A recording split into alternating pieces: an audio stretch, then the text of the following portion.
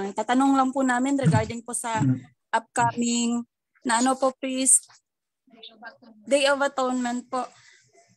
Meron po kasi kaming kapatid priest na willing pong sumama sa coronation po. Siya po ay may hindi po siya pwedeng mag-fasting kasi meron po siyang sakit sa ulcer po. Tsaka meron din po kami mga kasamahan priest sa Kawan na nag-half fast po during our previous celebration po sa Day of Atonement po. Dapat po ba okay lang po ba na sumama sila priest or ano po yung may sasuggest niyo po sa amin po? Maraming salamat priest. Yung mga provisions, yung mga exemptions, still applied yun. Walang nagbago. Nire-require lang natin na mag-fasting. The way is na ginagawa natin even without the coronation. So yung mga hindi pwede mag-fasting, exempted po yan.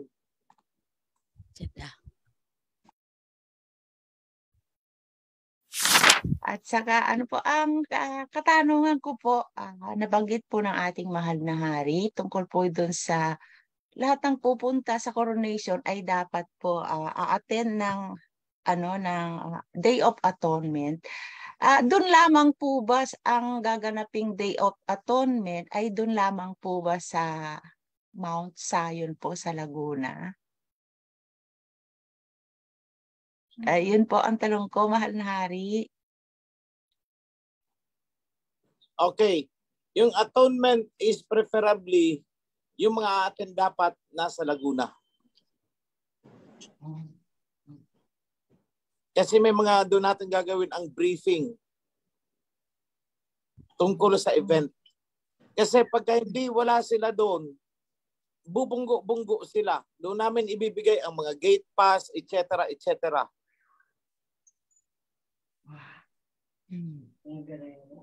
May mga instruction yan. May mga instruction na ibibigay. Kasi no gate pass, no entry tayo. Dahil hindi naman kayo kilala nung mga event facilitator. Yung mga parang mga bouncer na tayo dyan. Kahit magtataray kayo, gumulong kayo dyan, hindi kayo papasipan.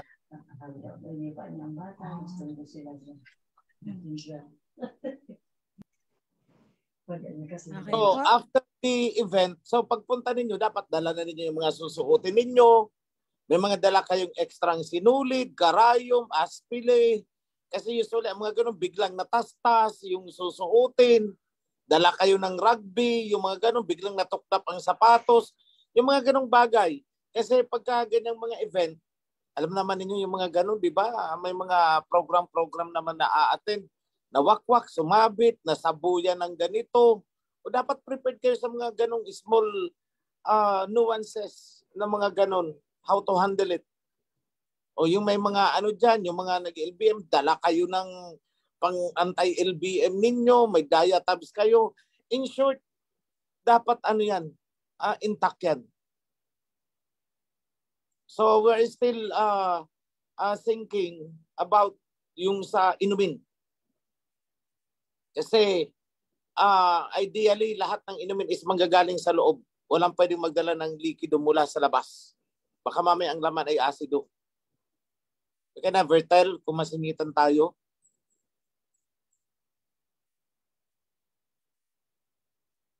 So, maraming nitty-gritty instructions na kailangang tandaan ng lahat.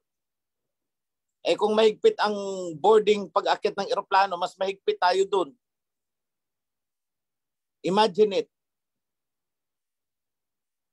So dadaan kayo ng mga scanner, dadaan ng ganito. So yung mga may bit na kung ano-ano, wag na kayo magbibit-bit ng unnecessary things. Baka may magbit-bit na may dala pang traveling bag, may mga kung ano-anong laman. Pabubuksan yan sa'yo. So what you only need for the event, for that 4 hours event, yun lang ang dapat mong bitbitin. So magkakaroon niya ng consultations. Kasi pagka wala kayo doon, for sure, ang dami na namang itatanong. Event itself na, tanong dito, tanong doon. Baka wala ng personnel na sasagot sa inyo. Kasi ang haharapin ninyong mga tao dyan, kung ano ang task nila, gagawin nila. Yung mga exemptions, I don't think makikater natin yan. Kasi pag sinabi natin huwag papasukin, may ganito, may ganon, they will do it regardless kung sino ka kasi hindi ka naman nila kilala. Magpapakilala ka, ako ang sisi ng ganito. Kilala ako ni King OSC. Anong gusto mo? Tawagin ako doon, lumabas para sabihin doon sa guard na, ay, oo, papasukin mo yan, kilala ko yan. Wala pong ganun. So please, attend the orientation. Ang tanong ko po, mahal na hari, kung si Lucifer o si Satanas ay nangarap na maging hari noon sa langit, nakasama niya pa noon yung mga anghel at ang Abay Hawa at Misaya Hawa siya.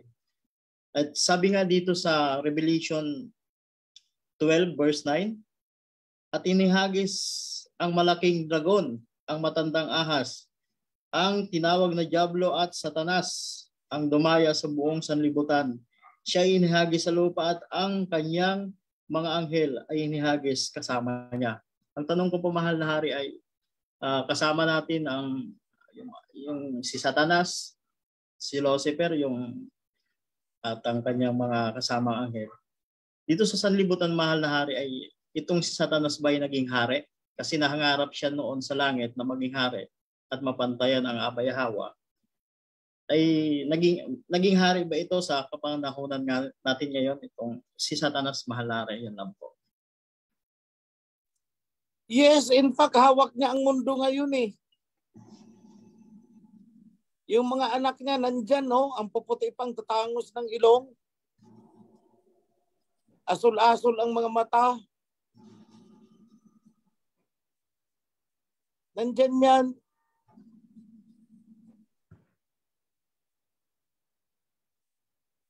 Oh, sinong nandaya sa mundo? Hindi sila yun.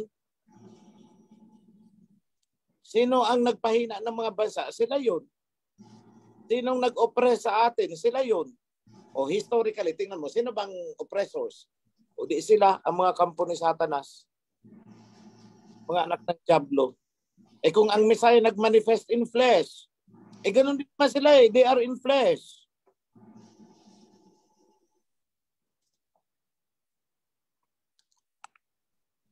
So, the answer is yes. Follow question, mahal na hari.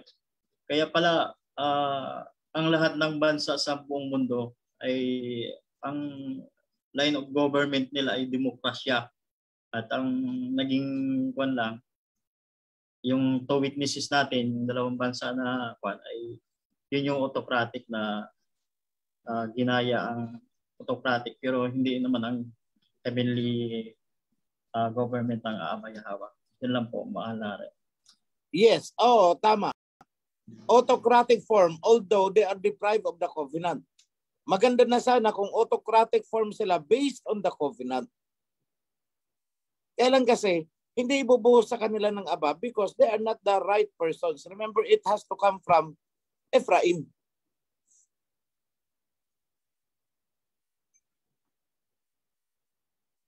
Okay, I hope I satisfied your question, bro. Magandang hapon po.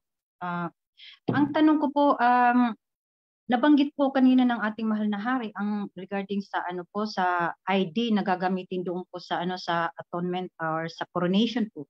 Ito po bang ID na ito provided po ba ng ating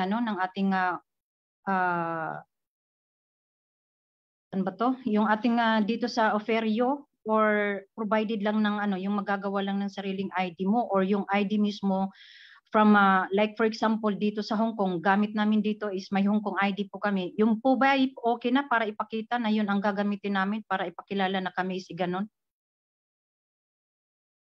Salamat po. Yun po ang katanong ko. Okay, ganito. Alam ko naman, kung sa ganyan, baka ang may ID lang is yung kung sino ang resident dyan. So sa akin is, siguro kung anong ID niyo na passport, you have to present that in exchange of the internal ID. na gagamitin as gate pass.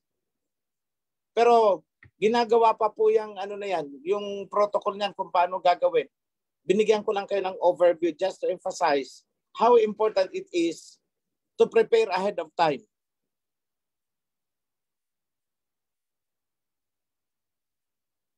So magkakaroon ng internal ID na gagamitin. In exchange of the ID na ipipresent ninyo. In lieu rather, dahil hindi naman namin kukunin ang ID ninyo.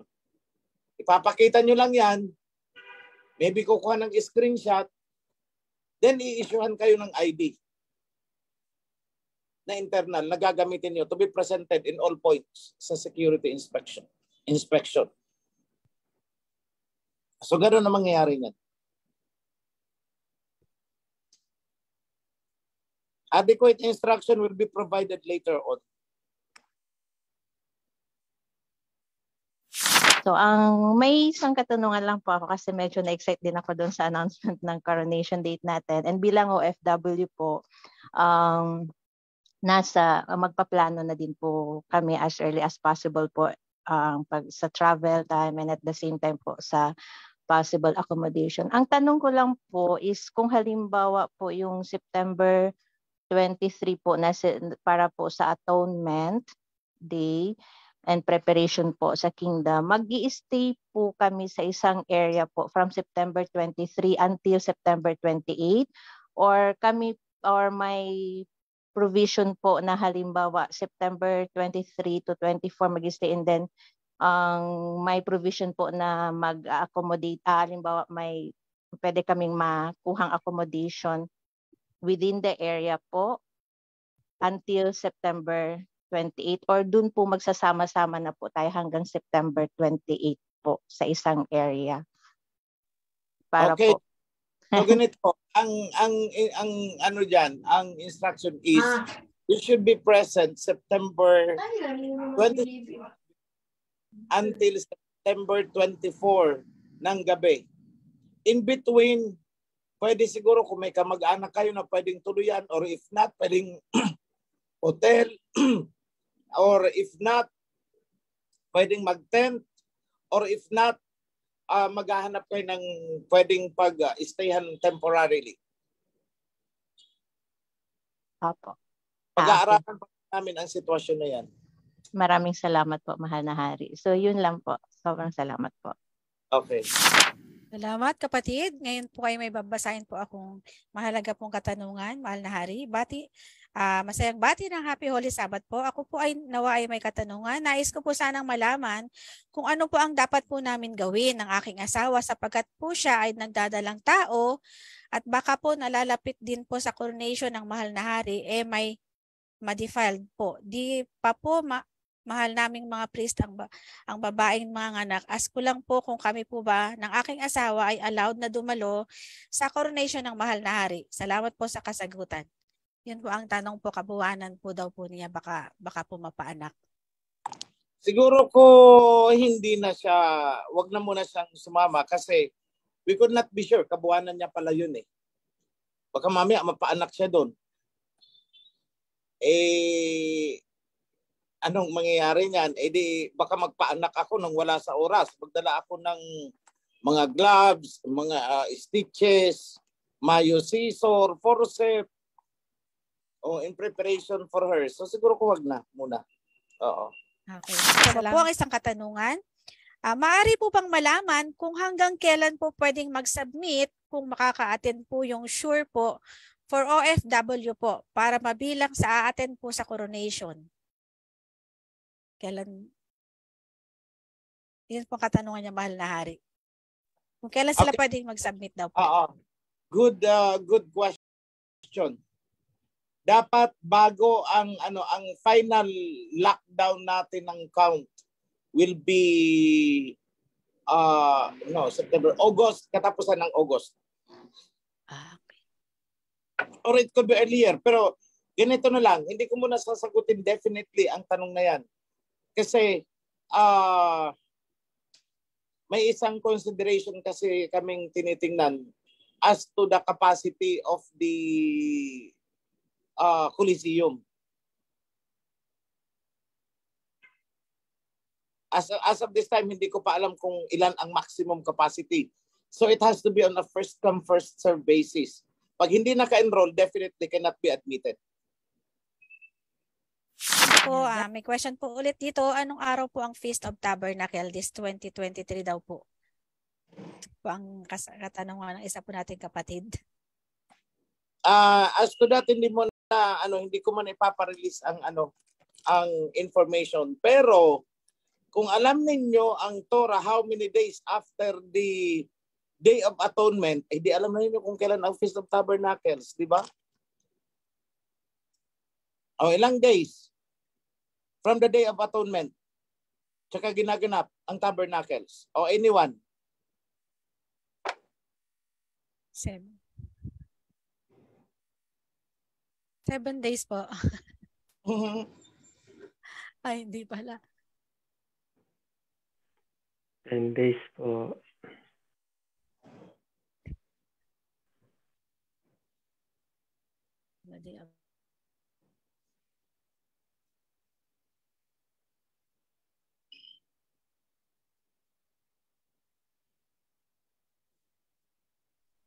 Oh, may nagpa-5, may nagti-10, may nag-7.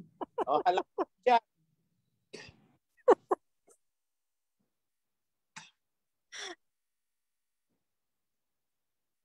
Oh, sige, basa. Ano ang provision? Basa. Oh, may 15, may 5. Oh, may 4.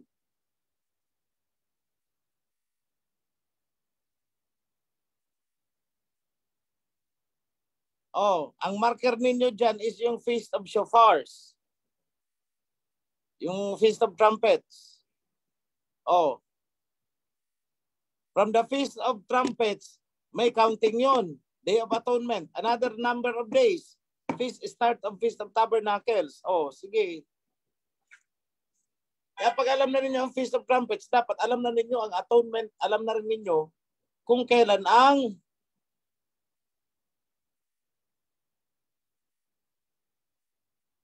Tabernacles. O, ibinigay na natin ang Atonement Day. O, dapat alam na rin ninyo, magbibilang na lang kayo sa daliri.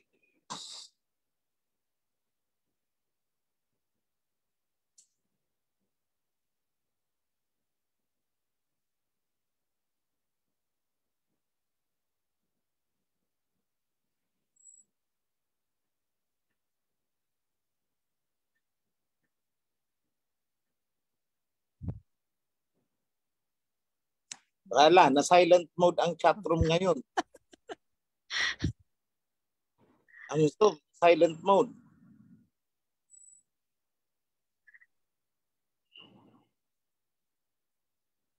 Ala, may 10, may 4, may 5, may 7, may 10, may 15, may 50. Oh, may 50.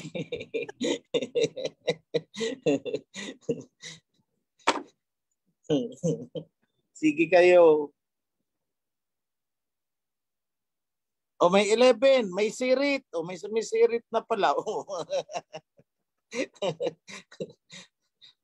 O may 9 days. O, 9 days daw.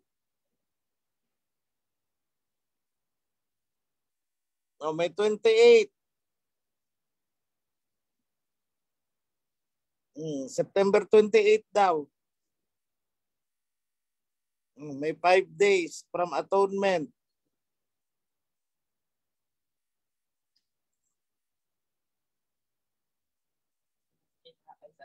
May 6 days. May 15th. 15th day of the 7th month. O, October 2, 2023. Tabernacles. O, 14 days. Allah. 20 daw. 3 days. 3 days after Atonement. Sige kayo.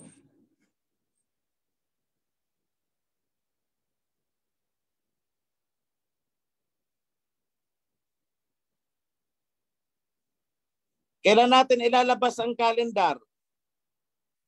O, to be announced na lang daw. Yun ang tamang sagot. Okay po.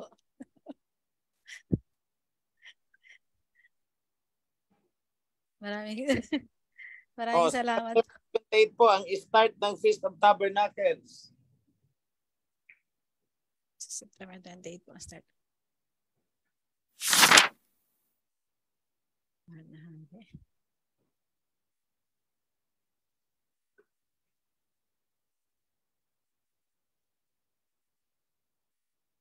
Okay po.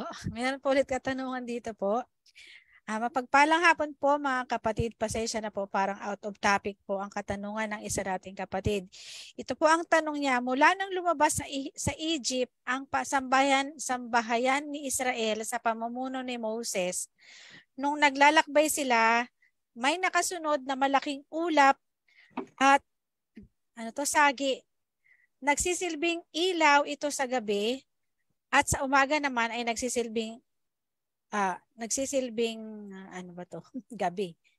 Nung sa Mount Sinai po, nakarinig po sila doon ng malakas na ugong at nakakasilaw na liwanag. At kapag bumababa ang isang anghel mula sa malaking ulap, ay nakasakay siya sa isang ulap para makipagkita kay Moses. At alam na po natin na walang fairy tale o mga magic. At kung nasa realidad, ito po ang ating gagamitin. Ito po ay advanced technology. Nakakalutang sa kalangitan at malaki ito. Nagkakaroon ng liwanag sa gabi at nagkakaroon ng malakas na ingay o tunog. Ano po ang maaring kasagutan dito? Maraming salamat po sa kasagutan. Yan po ang tanong po niya, mahal na hari. Panoorin niyo ang Independence Day. Ayun. Yan po, kapatid. Panoorin nyo ang Independence Day. Yung sasakyan lang, ha? Okay po. Yan po ang sagot, kapatid. Panoorin po ang Independence Day po sa video po ng ating mahal na hari. Ito po ang tanong po. May tanong po ako. After po ng coronation, mayroon pa po bang events daw po? Meron pa po na bang gagawing event po after the coronation po, mahal na hari po? Ay, meron. Okay. Continue celebration. 2-week celebration yan eh. Wow. Ganda. Meron pa daw po, kapatid. May nagbigay na nga ng 10 baka eh. Paano kaya uubusin niya? Wow. Okay, kapatid na 10 baka. Ay, sorry. 5 mesa ng prutas.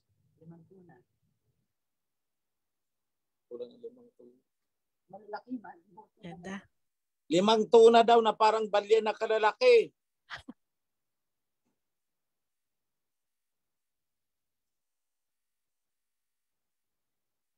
Basta ako galunggong ang gusto ko.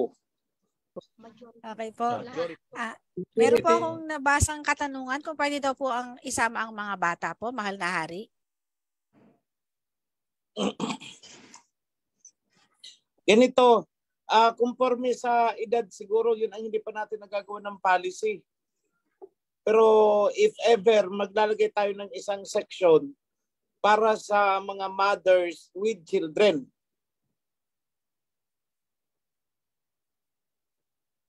Ano tayo nun? Kasi medyo mahirap yata. Kasi alam mo na yung mga babies, may mga may mga special needs yan. O halimbawa, nag-iiyak, humingi ng dede. Pag-aaralan pa natin, baka mamaya, bigla nyo kailangan maglabas ng suso ninyo, magpapadede. So, we have to consider privacy siguro. Yung mga ganong bagay. Tapos minsan yung bata, kung hindi natin makukontrol, magtatakbo-takbo, hindi ko pa alam kung paano makukontrol. But definitely, we will assign a place siguro. Pag-aaralan pa yan ng event coordinator. By the way, meron na po tayong bagong ministry. The Ministry of Events. Okay. Ministry of Events Mobilization Management. So, kakikreate lang po ng ministry na yan nung last week yata, no? Last week. Oo. So, katatalaga lang natin ng minister para dyan. And nasa policy development pa lang sila. So i-announce ko na rin ito, yung mga new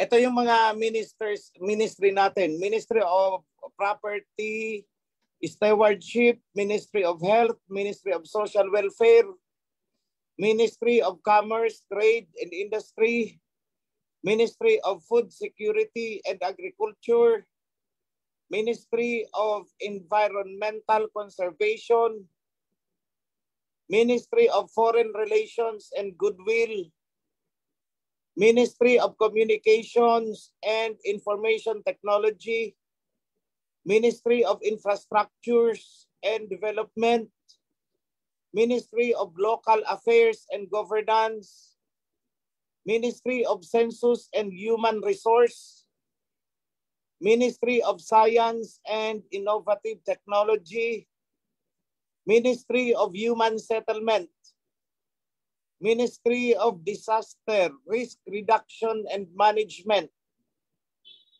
Ministry of Information and Public Relations, Ministry of Logistics and Transportation, Ministry of Overseas Workers Affairs. So sa mga OFW, we have created a ministry for you. Ministry of Energy Development, Ministry of Event, Mobilization, and Management. So ito yung bago lang ito, itong ministry na to. Then we have Sergeant at Arms, yung head. Governor of Mount Zion. Then we have the Corporate Secretary of the Foundation. Hindi attendance pala ito. Hanggang lang doon sa mga ministry. So ang bago is Ministry of Commerce, Trade and Industry. Na-modify ito kasi dati may kasali dito ang livelihood. Ministry of Food Security and Agriculture, pinagsama natin. Inihiwalay natin ang environmental conservation. Then we have Foreign Relations and Goodwill. Ang bago pa is the Ministry of Human Settlements. O kaya kayong mga nag-ano-ano diyan ng mga gustong posisyon ng lupa, kung saang lupa na poposisyonan ninyo na walang alam ang ministry na to, you are doing it on your own. Kasi dito may lawyer na humahawak dito sa ministry na to. So hindi po basta-basta yung pag-a-acquire ng lupa. Kailangan dumaan niya sa tamang ministry. Human Settlements. Ito, bago din itong Disaster Risk Reduction. Yung counterpart ito ng NDRRMC. Something like that. And bago din lang itong Ministry of Energy Development. So all in all, we have 24 ministries and we have 24 elders or ministers.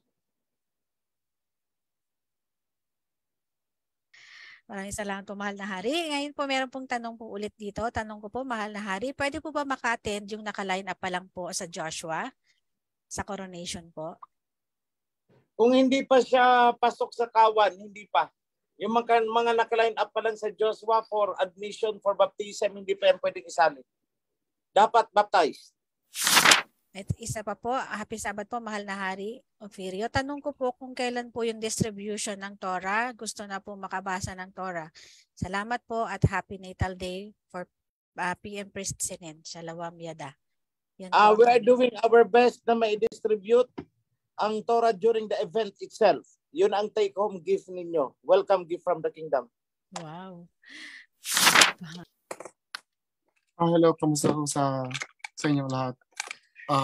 Ang tanong ko lang ho is, gagawin ho ba nating parang Great Wall of China yung surrounding?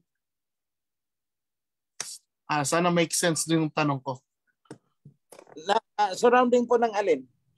Like lahat ng lupain, di ba surrounding ho ng parang Great Wall of China?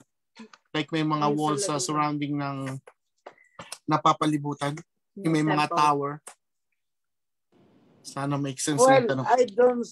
I don't think nakagear na tayo sa ganong vision.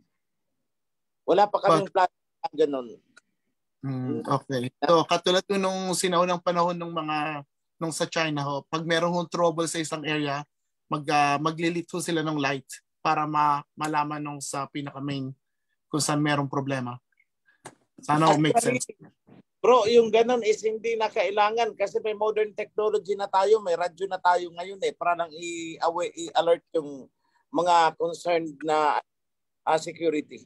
So hindi na natin kailangan light ng fire or what. Okay, maraming salamat po. Pagpalang gabi po, umaga sa ating lahat mga kapatid at higit sa lahat sa inyong mahal na hari, aming kamalan. Ang tanong ko po, mahal na hari, nabanggit nyo na lalabas po kayo upang ipamahagi at ipakilala ang corrected Torah. Ang tanong ko po ay, yung lahat po ba ng 7 assembly sa Asia, aming kamalan ay, lahat yun po ay under sa covenant ni Abraham na mga tulian? Yun lang po. Yes. We will be under one covenant. Yung 7 assemblies na mabubuo. Sinen, tanong ko po sana kung hindi po ba defile ang idodonate sa temple kung ang income ay galing sa own business na nataon sa Sabbath day. May out of home care business po kasi ako minsan yung respect care ay usually natataon ng Saturday. At yung income po ay gusto ko maipon para sa temple. Kung ang income po ba ay pwede i-donate sa temple. Yan po ang katanungan po niya.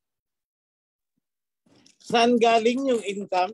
Bali po, meron po siyang home care po na yung Saturday, nag-ooperate po siya ng Saturday. So, eventually, meron pong kita yon sa araw ng Sabbath. So, tinatanong po niya yung kita po ng araw ng Sabbath ng home care niya kung okay lang daw po na mag-donate po siya from there para po sa temple kung hindi daw po ba defile yon.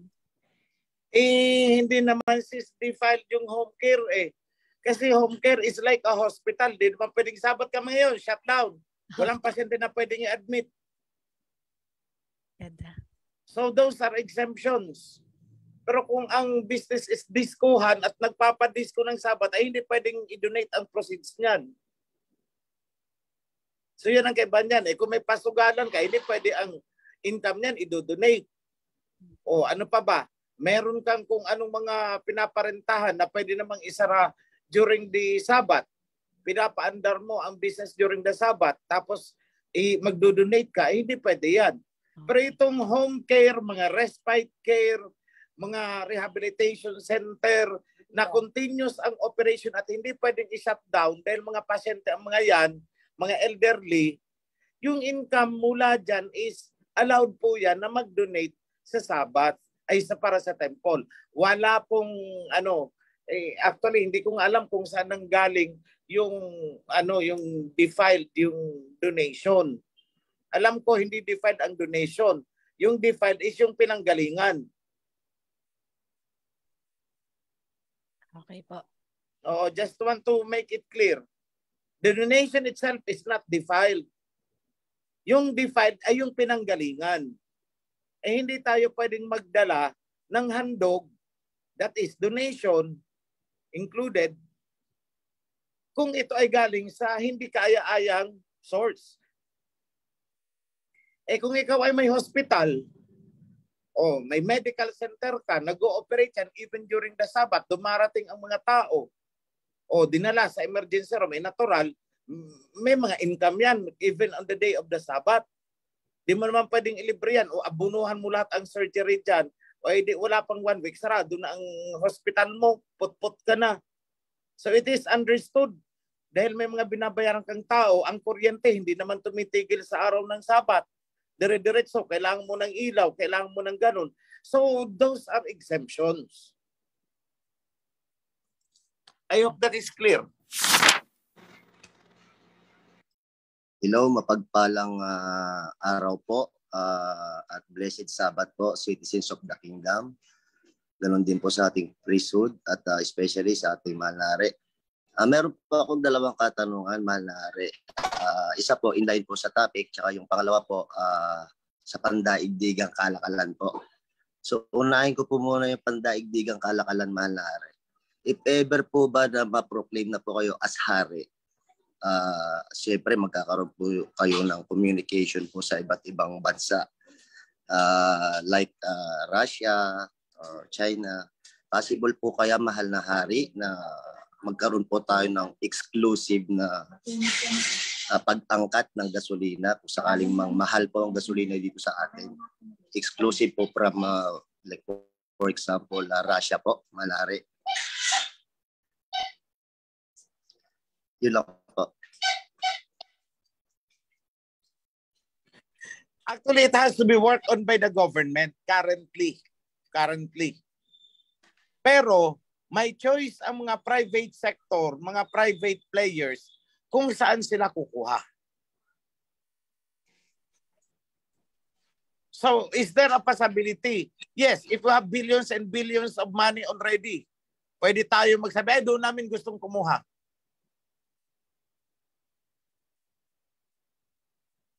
Kasi isang order mo yan, billion yan. If we have that money already, why not? So my answer is yes, possible. Kailangan natin magtayo ng sarili nating oil refinery. O doon kami kukuha. Gusto namin sa Russia kasi mura. Minus political issues. Naghanap lang tayo ng mura. Nothing more, nothing less. Eh di pwede. We have the money. There is the supply in the market open. Doon tayo bumili. Eh kung ang presyo sa Shell ay 80 pesos per liter, ibenta natin ng 50 pesos per liter dahil mas mura nating nakuha, so be it.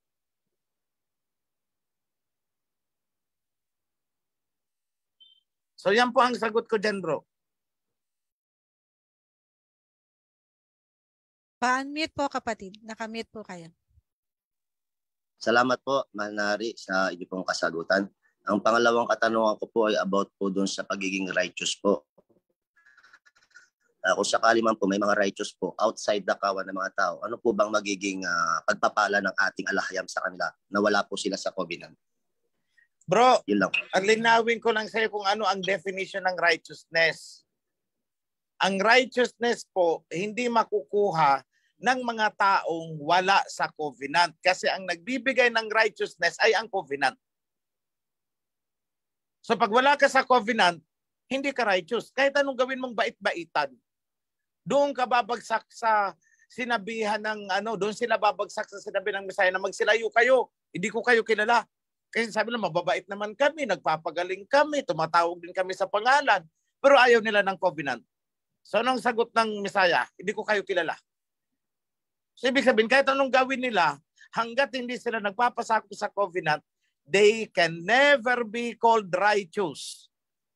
There is no such thing as righteous outside the covenant. Wala. Because ang nagdi-define kung ano ang righteousness ay ang covenant. Nasa Deuteronomy yan. Matagal ko nang binigay yan. Mga priest, pakibasa yan sa Deuteronomy. I forgot the verse. Na ang sabi doon is, obedience to the covenant laws, that is our righteousness. O, ano ang righteousness? Obedience to the covenant. So kung wala sila sa covenant, wag nyo silang tawaging righteous. Righteous-righteousan lang. Deuteronomy 6:25 po, Mahal na Hari. Ayan, Deuteronomy 6:25.